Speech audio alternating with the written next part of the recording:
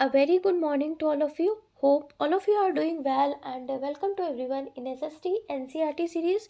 जैसा कि आप सभी को पता है कि हम सीटेट पेपर 2 SST का सारा सिलेबस कंप्लीट कर रहे हैं। ये टारगेट है हमारा या आपके डिमांड पे ये सीरीज़ चल रही है। इसमें टारगेट ये है कि हम 50+ मार्क्स अश्योर कर पाएँ अगर ये सीरीज़ पूरी आप देखते हो तब, और पेडागॉजी कुछ कुछ आपकी समझ बनती है, देन आपके आराम से आ जाएंगे। ठीक है, पेडागॉजी कई हद तक आप एलिमिनेशन के थ्रू, टाग वर्ड्स के थ्रू भी कर सकते हो, बट अगर बात रही इसकी एनसीईआरटी की तो बिना फैक्ट पढ़े आप नहीं कर पाओगे। ठीक है, तो आप इसको अच्छे से फॉलो करिए। आई एश्योर आपका एग्जामिनेशन डेफिनेटली हो जाएगा। ये चैप्टर नंबर 9 है, क्षेत्रीय संस्कृति का निर्माण, क्लास 7th का है। ठीक है, ये सेकेंड लास्ट चैप्टर है। ओके, देखिए जैसा कि ये चैप्टर है, चैप्टर से हम ये आइडिया लगा रहे हैं कि इसके नाम से कि इसमें क्या है। अगर हम किसी व्यक्ति को की बोलचाल देख लेते हैं या बोलचाल उसकी सुनते हैं तो हम एक आइडिया लगा लेते हैं ये कहाँ से बिलोंग करता होगा। ठीक, अब इस चैप्टर में इंफॉर्मेशन दी है कि अगर कोई तमिल बोल रहा है तो आप आइडिया लगा लोगे कि वो तमिलनाडु का है, कोई उड़िया बोल रहा है तो आइडिया लगा लोगे कि उड़ीसा का है। इसी तरह अगर हम बात करें, प्रत्येक क्षेत्र के कुछ खास किस्म के भोजन भी होते हैं, वस्त्र भी होते हैं, नृत्य भी होते हैं, है ना। अगर कोई बोले कि कथक कहाँ का है तो उत्तर भारत का है, कथकली कहाँ का शास्त्रीय नृत्य है, केरल का है, उड़ीसा का उड़ीसी है उड़ीसा का। इसी तरह से डिफरेंट डिफरेंट एरियाज़ के डिफरेंट डिफरेंट कल्चर हैं, डिफरेंट डिफरेंट डांस हैं, डिफरेंट डिफरेंट खान पान है, डिफरेंट डिफरेंट लैंग्वेज है। ठीक है, और ये सारी चीज़ें इस पैरा में बताई गई हैं। नाउ जहाँ से इम्पोर्टेंट है वो हम डिस्कस करेंगे, क्योंकि ये चैप्टर ऑलरेडी आपका 10 से 12 पेज का है, जहाँ से क्वेश्चंस बनने के चांस है वो डिस्कस करेंगे। ये हेडिंग दे रखा है, चेर और मलयालम भाषा का विकास कैसे हुआ। ठीक, तो चेर को समझना है और मलयालम भाषा के विकास को समझना है। तो देखिए, महोदयपुरम में ही चेर राज जो है वो चेर राज प्रायद्वीप के दक्षिण पश्चिम भाग में, जो आजकल अगर हम बात करें तो केरल का एक हिस्सा है। ठीक है, 9वीं शताब्दी में इसकी स्थापना हुई। किसकी? महोदयपुरम में चेर राज्य की स्थापना के बारे में बताया जा रहा है। केरल राज्य का हिस्सा है आज के टाइम पे, केरल राज्य का ये हिस्सा है और 9वीं शताब्दी में स्थापित हुआ। अगर बात करें तो वहाँ पे संभवतः मलयालम भाषा उस इलाके में बोली जाती थी, और शासकों ने भी मलयालम भाषा और लिपि का प्रयोग अपने अभिलेखों में किया था। और अगर हम बात करें तो सरकारी अभिलेख में अगर किसी क्षेत्रीय भाषा का सबसे पहले हम उदाहरण देख सकते हैं, तो सबसे पहले किसी क्षेत्रीय भाषा का उदाहरण हमें सरकारी अभिलेखों में मलयालम का दिखा। ये इसमें बताया गया चेर और मलयालम भाषा का विकास कैसे हुआ। नाउ नेक्स्ट इंफॉर्मेशन दे रखी है कि केरल का मंदिर रंगमंच, जिसकी परंपरा इस युग तक खोजी जा सकती है, संस्कृत के महाकाव्यों पर आधारित है। मतलब केरल के मंदिर रंगमंच की जो परंपरा है वो संस्कृत के महाकाव्यों पर आधारित है।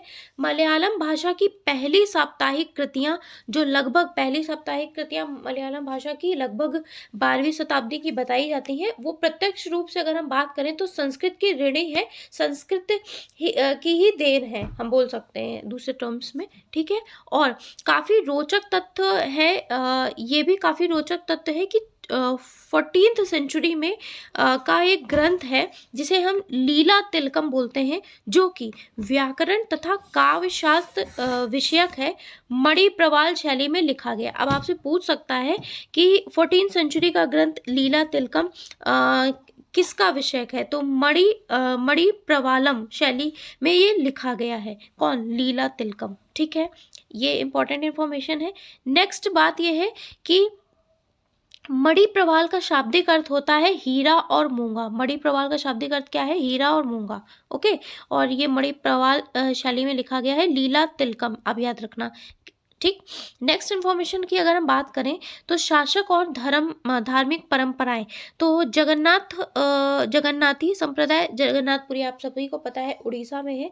अगर बात करें, जगन्नाथ शब्द का शाब्दिक अर्थ है दुनिया का मालिक, जो विष्णु का पर्यायवाची है। ठीक है, आज तक जगन्नाथ की कांस्य प्रतिमा स्थानीय जनजाति लोगों द्वारा बनाई जाती हैं, मतलब जिससे जिसका तात्पर्य है कि जगन्नाथ मूलतः एक स्थानीय देवता थे, जिन्हें लोगों ने आगे चलकर किसका रूप मान लिया, विष्णु का अवतार मान लिया। स्थानीय देवता थे, उनकी पूजा होती थी, तो आगे चलकर उन्होंने जगन्नाथ जी को विष्णु का रूप मान लिया। ठीक है, नेक्स्ट इन्फॉर्मेशन ये मिलती है कि 12वीं शताब्दी में गंग वंश में एक अत्यंत प्रतापी राजा अनंत वर्मन ने पुरी में पुरुषोत्तम जगन्नाथ के लिए एक मंदिर बनवाने का निश्चय किया। किसने? अनंत वर्मन ने। पुरी, पुरी कहाँ है? उड़ीसा में। ठीक है, उड़ीसा में। ठीक है, उसके बाद 1230 में राजा अनंग भीम तृतीय ने अपना राज्य पुरुषोत्तम जगन्नाथ को अर्पित कर दिया और स्वयं को जगन्नाथ का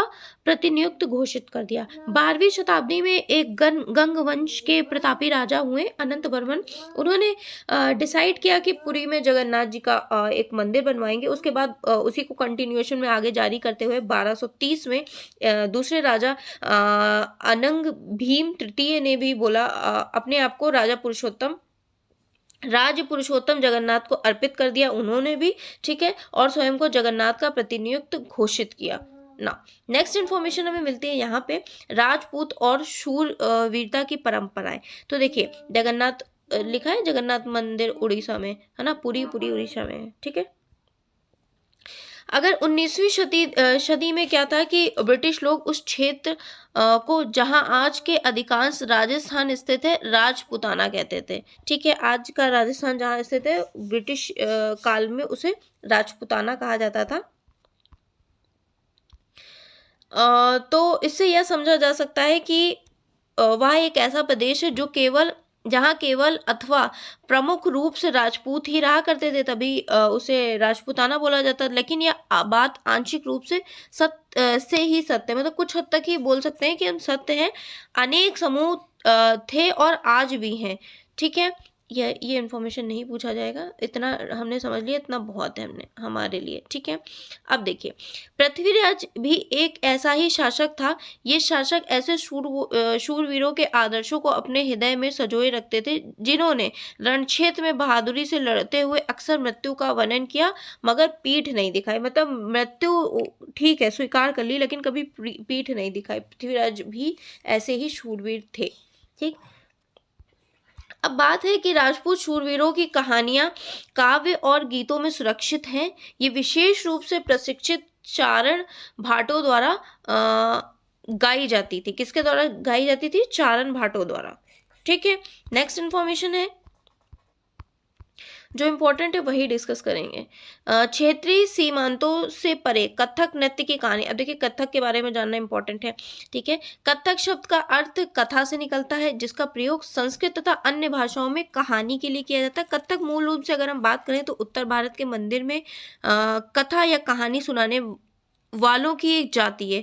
जो उत्तर भारत के मंदिर में कहानी या कथा सुनाते हैं, उन्हें हम उसकी एक जाति ही से ये कथक निकला है। ठीक है, नेक्स्ट इन्फॉर्मेशन ये है कि 15वीं और 16वीं शताब्दी में भक्ति आंदोलन के प्रसार के साथ ही कथक एक विशिष्ट नृत्य शैली का रूप धारण करने लगा। 15वीं और 16वीं शताब्दी में ये एक नृत्य का रूप धारण करने लगा। अच्छा नृत्य, मतलब विशिष्ट नृत्य बोल सकते हैं।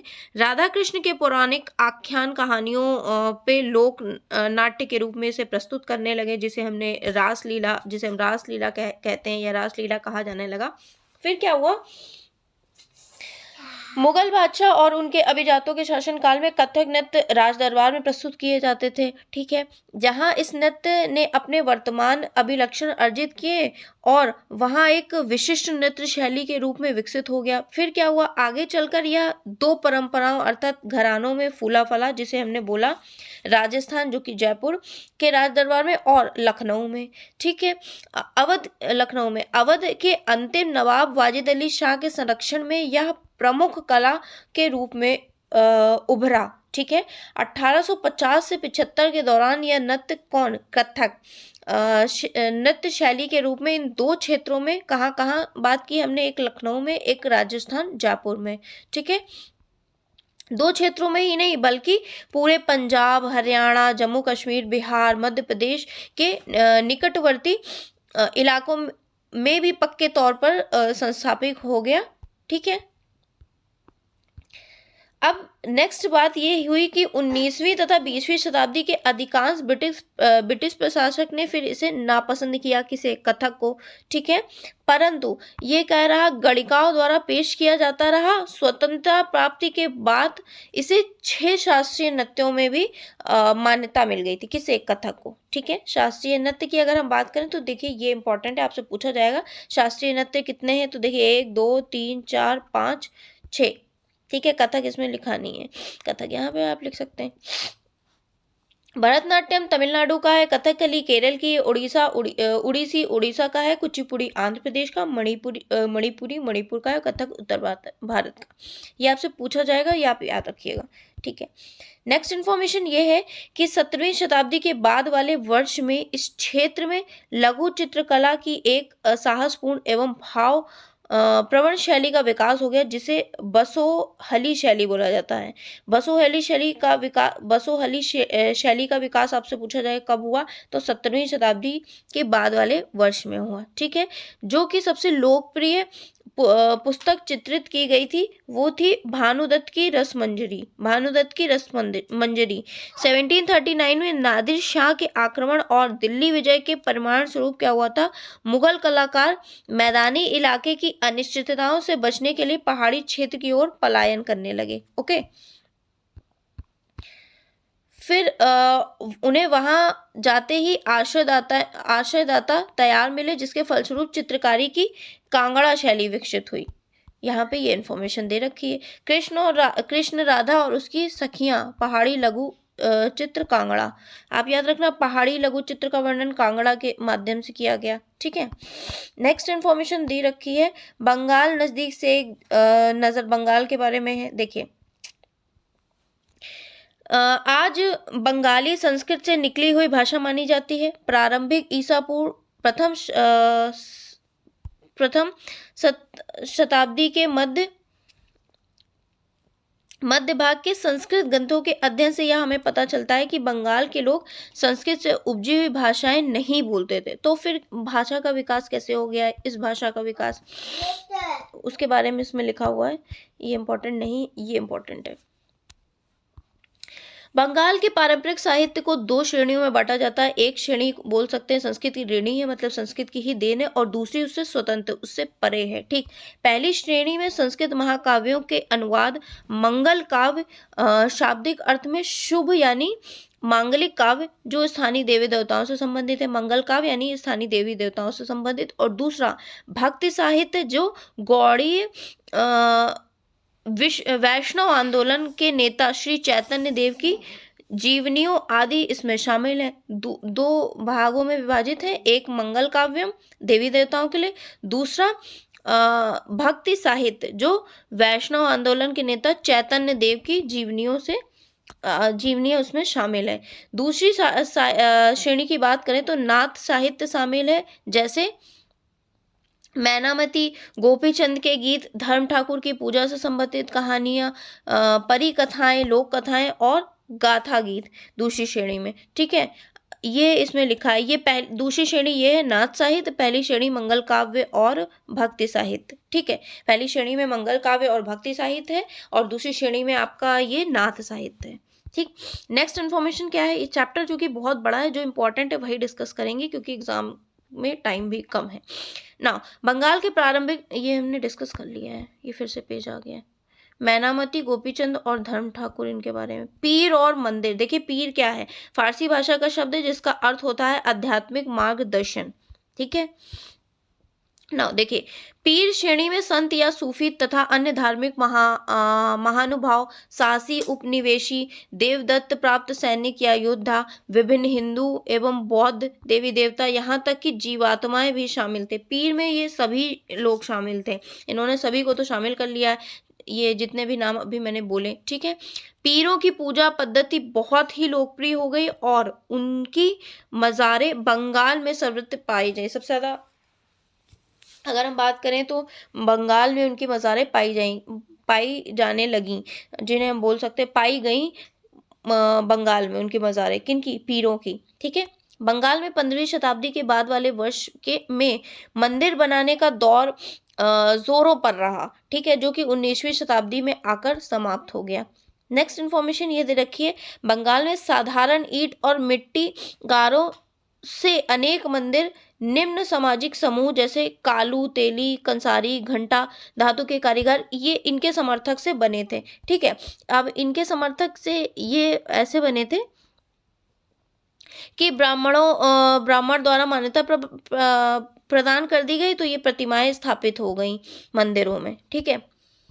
नेक्स्ट जीववाद क्या है, इनका यह मानना है कि पेड़ पौधे, जड़ वस्तु और प्राकृतिक घटनाओं में भी जीवात्मा होती है, सभी में जीवात्मा होती है, ऐसा मानना है, ठीक है, जीववाद के अनुसार। तो ये इन्होंने यहाँ पे बात की है साधारण ईंट, ये जो निम्न सामाजिक समूह हैं, इन्होंने इनके इनके नाम है तेली, कसारी आदि के समर्थक से बने थे, ठीक है। और जैसे जैसे लोगों की सामाजिक तथा आर्थिक स्थिति सुधरती गई, उन्होंने स्मारकों के निर्माण के माध्यम से अपनी प्रतिष्ठाओं की घोषणा की। जब स्थानीय देवी देवता जो पहले गांव में छान छप्पर वाली झोपड़ी में पूजा करते थे, फिर ब्राह्मणों द्वारा मान्यता प्रदान की, तो उनकी पूजा कहाँ होने लगी, मंदिरों में होने लगी, ठीक है। नेक्स्ट इन्फॉर्मेशन ये है कि ये इन मंदिरों की शक्ल या आकृति बंगाल की छप्परदार झोपड़ियों की तरह दो छत वाली, याद रखना आप, चौचाला मतलब 4 छत वाली, as a word defined itself, इसी से याद रखना, ठीक है, होती थी। 5वें अध्याय में वर्णित बंगाली गुंबद को याद करें, 5वें अध्याय में हमने डिस्कस किया था। मंदिर आमतौर पर एक वर्गाकार चबूतरे पर बनाए जाते थे, उनकी भीतरी भाग में कोई सजावट नहीं होती थी, लेकिन अनेक मंदिरों की बाहरी दीवारें चित्रकारियों, सजावट, टाइल्स और मिट्टी की पट्टियों से सजी होती थी। कुछ मंदिर में, विशेष रूप से पश्चिम बंगाल के बांकुरे जिले में विष्णुपुर के मंदिर में ऐसी सजावटें अत्यंत उत्कृष्ट कोटि की सजावट दिखाई गई हैं। मछली भोजन के रूप में, देखिए मछली तो वैसे तो ब्राह्मणों को, मछली इसमें यही लिखा है, मैंने देखा था, ब्राह्मणों को नहीं था मछली खाने की, मतलब नॉनवेज खाने की अनुमति, मगर बात ये हुई कि नहीं थी, यहाँ पे लिखा है ना। फिर उसकी लोकप्रियता को देखते हुए ब्राह्मण धर्म के विशेषज्ञों ने बंगाली ब्राह्मण के लिए इसे मतलब ढिलवाई दे दी कि बंगाली ब्राह्मण कर सकते हैं, ठीक है। ये खास किस्म की मछली मतलब वो ले सकते हैं, खा सकते हैं, ठीक है।